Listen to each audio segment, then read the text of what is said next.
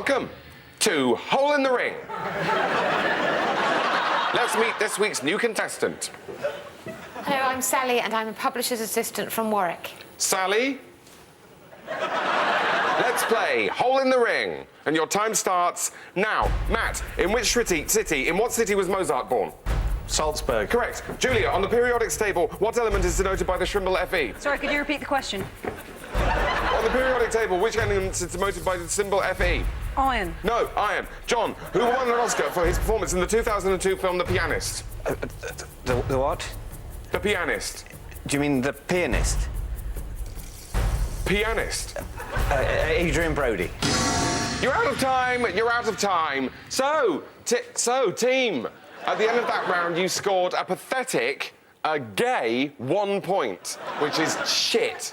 So, you idiots. So, team, who's the git amongst the pigeons? Who's 3 bob short of a 10 queer note? Who's the turd in the hamper? Who's thick? It's time to decide who's the hole in the ring.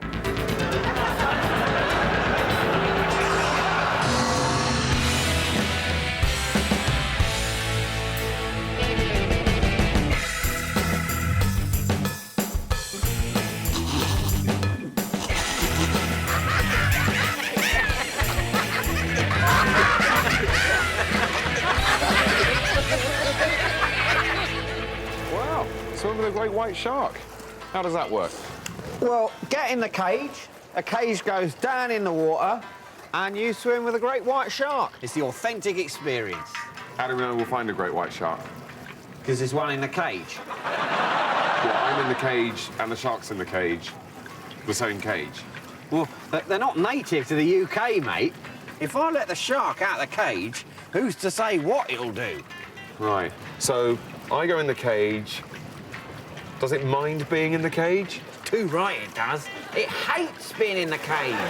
Thrashing around the cage, desperate to get out of the cage, destroying anything else in the cage. Stop it, Owen! So, do you want to get in the cage? Only 50 quid. Yeah, all right. Really? Yeah, I mean, you know, it's all fine, isn't it? It's all proper. You got a sign. It's all fine. Oh, yeah, it's all fine. Yeah, you in the cage, the shark in the cage, it's all fine. You basically just want to keep out of its way. Is it a big cage? Yeah, it's quite a big cage, yeah, but then it is a very big shark. Well, can you hire me some gear? I can sell you some gear. I can't hire it to you, and I'll tell you for why. It might get damaged. What by? Shark attack. Yeah, that kind of thing. I mean, the shark's not going to attack me. Really? Oh, that's good. Well, I imagined it would. Massive, angry shark, cooped up in the cage. Someone else gets in the cage. I thought it might lash out. But no, you're probably right. It's probably a lot more scared of you than you are of it. Poor thing. Right, well, you know where everything is. Once you get down there, it'll all be pretty straightforward. I'm just going to pop off for half an hour. Oh, you're going to stay and watch? I'd really rather not. OK.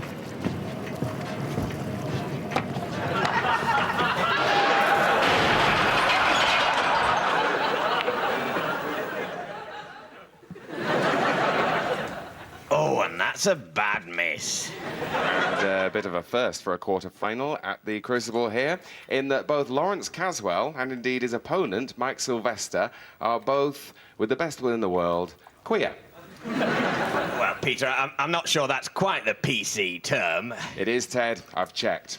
Well, I'm going to call them homos to be on the safe side. And as Mike Sylvester bends over to break off now, Ted, what do you think will be going through his opponent's mind?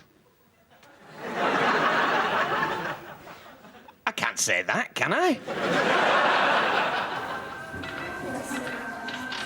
I mean, you could use ornamental grasses like these. They're very good just for sort of softening your harder landscaping. Well, that's a good idea. Isn't it, Martin?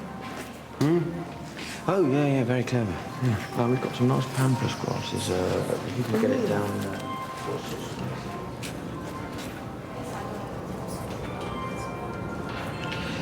I think there's some kind of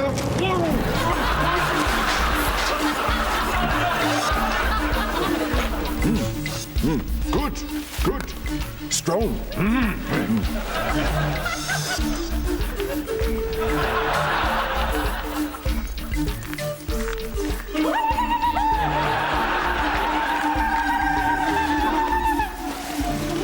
I, Utapu. You, Martin. I'm Martin. Martin. Martin. You, us now. No, I can't live here. I've got a job and a girlfriend. Ha! Many brides here. No, Martin. You live here. Take your shoes. What? No, I'm not going to stay here just because you've got my shoes. Ha! Then how you cross great gravel pathway?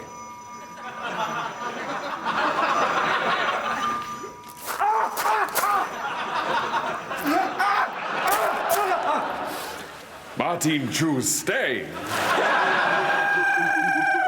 You learn our ways. Take bride. In 3 moons, you not like, we return shoes.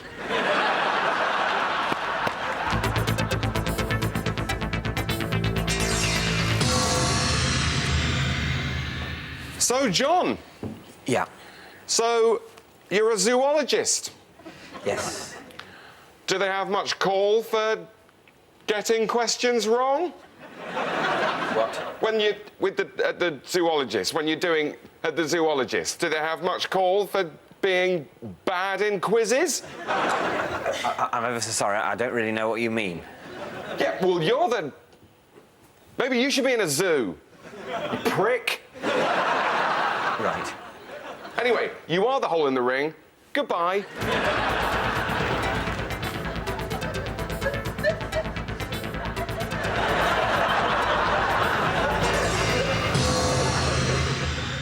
That's all for today. Until tomorrow's hole in the ring.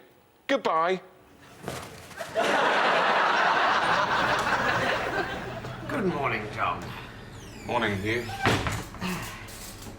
And how are you and your excellent corner shop this fine morning? Good, thanks, Hugh. Good. Right. There you go. Loaf of wholemeal, telegraph, and an apple. Right, Hugh. Well, though, just thinking, John. Oh, yes, goodness, I'm thirsty. I really am. I've got a tremendous thirst on all of a sudden. Oh. Yes, I feel like I should grab something to drink right away. Do you recommend anything? Well, we have lots of different drinks, as you know, Hugh. Yes, you do, but I'm so thirsty, I feel like grabbing something right at hand. Something from this chiller here. Yes, here we go. Export Jürgenbrau. Yes, well, maybe I'll try one of these. Yes, maybe you will. Oh, and actually, now I notice this is an alcoholic lager beer, isn't it, John? 10%. Blimey. That's quite a lot, isn't it, John? Yes, Hugh. It's the most alcohol per milliliter at the lowest cost in this corner shop. Is it really? How fascinating. Well, it's the continental way, isn't it? In Spain, they wouldn't dream of starting the day without a couple of cans and maybe a vodka. Probably. So, how much is that? £2.70, Hugh. Oh, well, now I look, I don't think I can actually afford the bread, the paper, an apple, and this drink. Not quite, Hugh. Well, so maybe I'll put all 3 of these items back. And maybe get 2 cans of this lager beer that you recommend. Just in case one doesn't completely rid me of my perishing thirst. Yes. Yes, that is the usual solution. Do you know what? I'm so thirsty, I think I might just crack this open and drink it here on the step of your shop. Of course, Hugh. And why don't you lie down on the pavement afterwards if you're feeling a little bit sleepy? What an excellent idea. See you tomorrow, John. See you tomorrow, Hugh. Oh, and that's a bad miss. Viewers in the north may be experiencing some sound interference, for which we apologise. What about viewers in the south? We haven't got any viewers in the south, have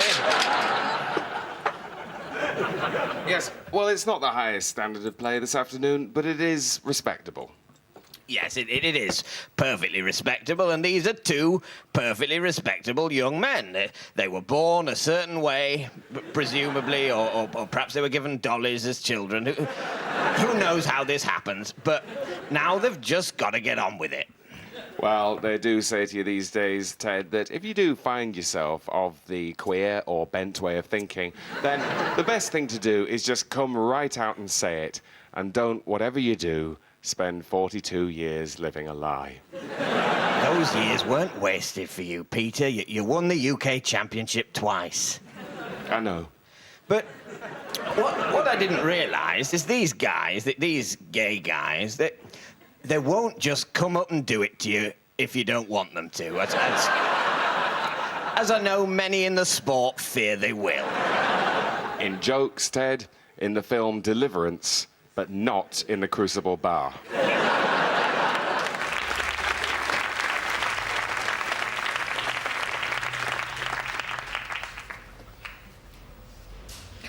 William, have you been sleeping with Alice again? Have you been sleeping with Alice again? Yes, I think so. Sorry. How many times do I have to tell you I don't like it when you sleep with other women? Well, I'm sorry. We were at a conference. I wanted to have some sex. You weren't around. Yes, well, you've always got a good excuse, but still. Still what? She's very pretty, and I never thought you'd find out. Well, I don't care. I don't like it. Oh, come on, be reasonable, darling. You've met Alice. She's taller than you. She's got bigger breasts. I was hardly going to turn down the chance to sleep with her. It's not as if you're losing out on anything. I'm going to carry on sleeping with you, too. Yes, OK, fine. Good. Oh, I meant to ask you the other day, can we start a family? No, better not. Why not? Well, I don't like children. I never want to have any, and if I did, it wouldn't be with you. But I want to have a baby. Well, you know, sorry. Oh, did I tell you that I have a secret gambling problem? Oh, for heaven's sake, Rachel, what's the matter with you? Are you trying to pick a fight with me or something? No. Yes, you are. You've been niggling away at me ever since you came in. Did you sleep with Alice? Can we have a baby? I'm a secret gambler, blah, blah, blah. I'm just talking. I know what this is really about. It's not about anything. This is still about the fridge door, isn't it? It's got nothing to do with the fridge door. Good, because we have to move on. Nearly a whole quiche I had to throw away, you bastard! So, it is about the fridge door. And milk! So much milk! I've said I'm sorry. I'm so sorry. I think I care if you're sorry. I'll never see that quiche again. It's just I know I had a moment of madness. I left the fridge open. I know you can never forget, but try to forgive. Well, I'm sorry I have these outbursts, but I am trying. I understand. Give me a kiss. All better? Oh, better, yes. Oh, and about Alice, you did use a condom, didn't you? Oh! Silly boy!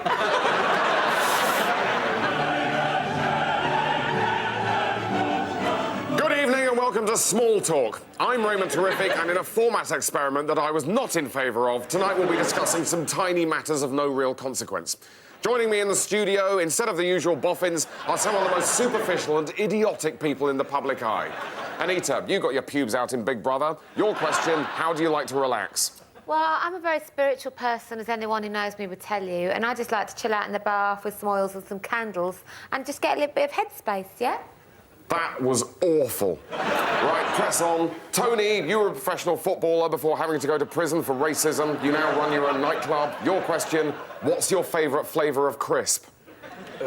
Probably prawn cocktail. I hate this. Anita, what is objectively the best crisp? Oh, Oh, that is a tough one. Sorry, I'm going to have to stop you there. I'm being told that that talk is actually marginally too big.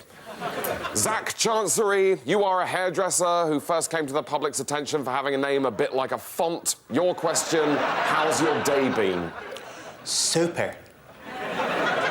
Well, that's all from Small Talk. For next year's Children in Need, hopefully they'll just get me to sit in a bath of pot noodle or cut my cock off or something. In the meantime, sorry and good night. We don't!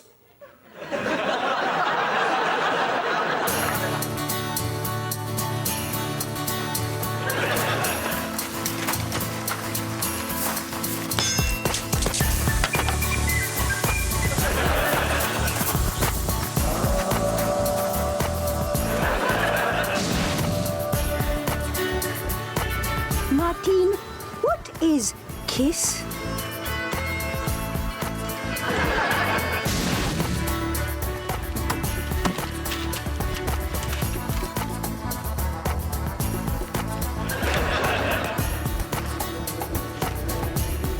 Bontempi like. Martine, what is hand job?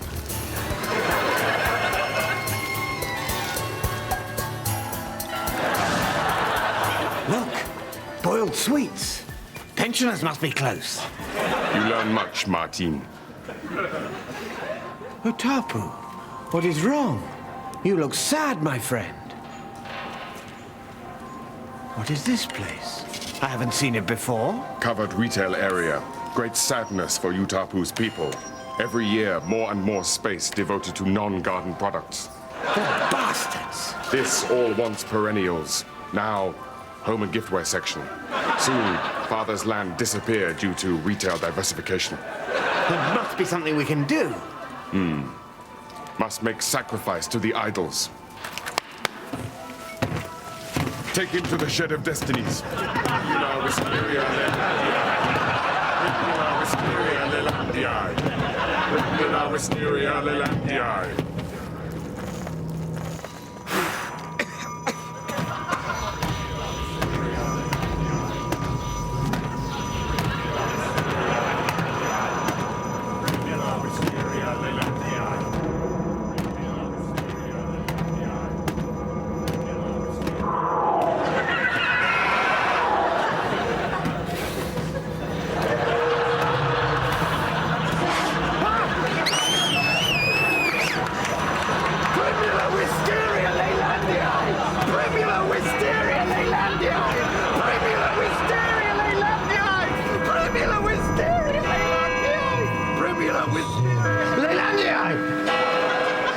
Where's Utapu? Where's Bontempi? Oh, Martin, you've been like this for 3 days. There is no Utapu or Bontempi. It might be food poisoning. Did you have anything to eat at the Garden Centre Cafe? It's awful. It's not food poisoning. I was there. It was real. No, Martin, you're just very ill. Then explain this.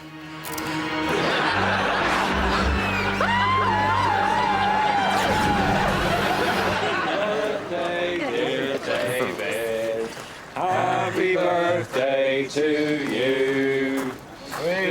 Thank you. Happy birthday, David. Oh, cheers. Got you a card. Ah, thanks. Don't open it now. Oh, why not? Just don't open it now. Why, is there a rude message or something? Just don't open it. Oh, well, I'm definitely going to open it then. Don't. I'm always opening it.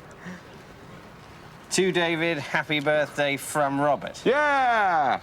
Is that the best you could do? Yeah. Happy birthday from Robert. Why didn't you want me to open it? Well, Because you were ashamed? Because you didn't want to have to face me? that's about it, yeah. Because your message could have been written by someone who's never met me but has seen my birth certificate. So I just find it difficult thinking up stuff to put. What? But you're supposed to be a writer. No, it's just that normally we sort of do stuff together. Oh, right. So you expected me to help? Well, no. I mean, would you? Oh, yeah. Yeah, Rob, absolutely. Just jazz it up a bit. Yeah, jazz up your sentiments on the occasion of my birthday. I've been really grateful. Right, yeah, OK. Well, how about to David, my best friend in all the world? Ooh, I don't know about that. All right, how about David, my long-standing colleague who's OK? You see why I've been having the problem? Yeah. I mean, what do you feel? I feel the need to do the decent thing so as to avert your moods. You're being very honest. Thank you. OK, well, how about David? On your birthday, I noticed that everyone got you a cake. Oh, is that why there's cake? And even Sally from the office got you a DVD. So I popped to W.H. Smith to spend $1.29 of the petty cash on a card with a golf joke on it. Yeah, because I know you like cricket. So, golf. Yes.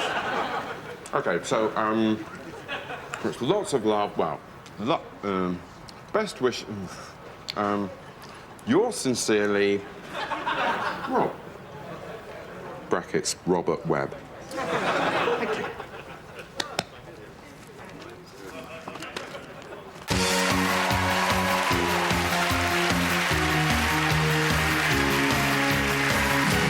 Guten Abend und willkommen zu Nummerwagen. Mit mir heute sind Juli, der ist ein Hamburger, und Simon, der ist ein Frankfurter. Juli, wie geht's? Nein. Simon? Ja. Und jetzt, Round 1. Lass uns Nummerwagen spielen. Simon geht zuerst. 2, Das ist Nummerwagen.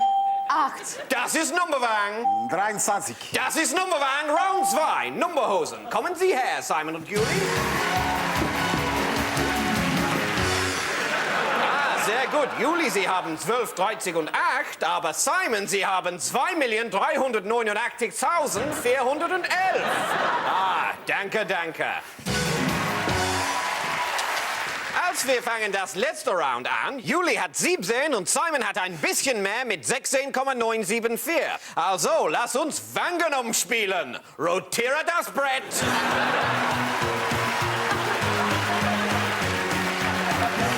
it safe? Is it safe?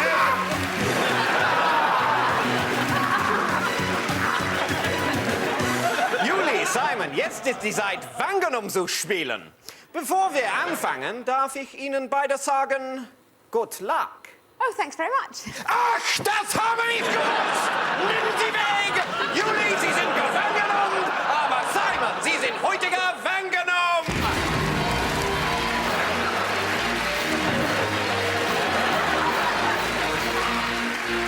Also, das ist alles für Nummerwagen heute. Morgen kommen wir wieder, aber bis dann, bleib Nummerwagen! Bleib Nummerwagen!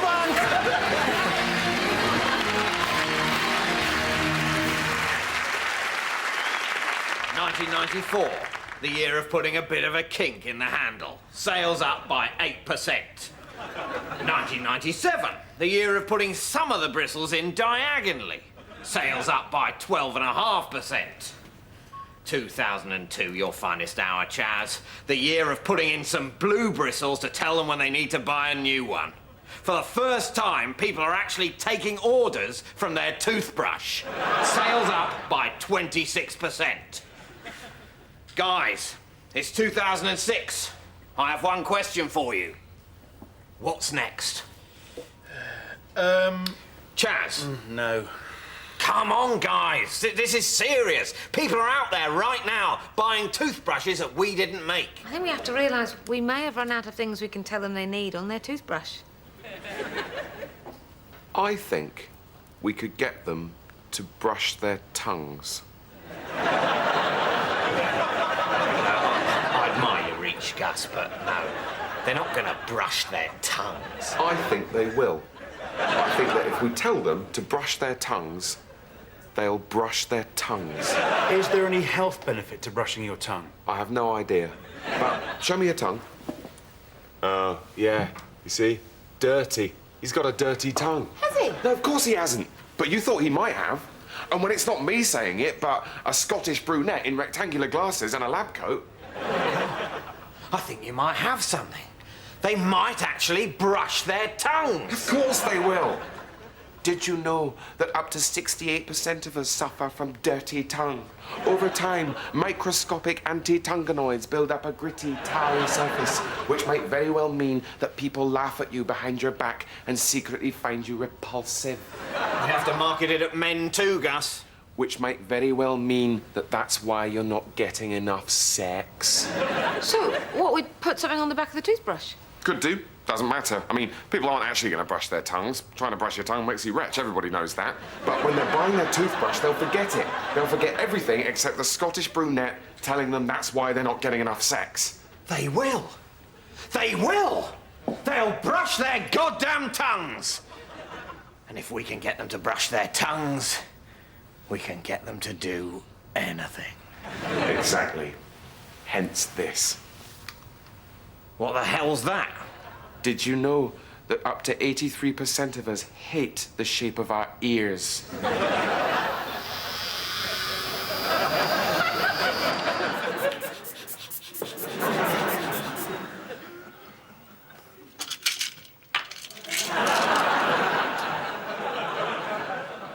Oh, and that's a bad miss. Well, Lawrence Caswell has left a massive opening there for such a potent cumin as Mike Sylvester. And while we're on the subject of gay sex, I've never discussed on air with you before, Peter, the reasons behind your own decision to come out as a gaybo and how that's made you feel. Well, Ted, it's as simple as this. You get to a certain stage in your life when you realise that your wife's about to go public, and so you think to yourself, I might as well cash in on the exclusive before she does. That's very moving. Because of course it caused a crisis in my own life. I was not, for many years, a friend of the gays.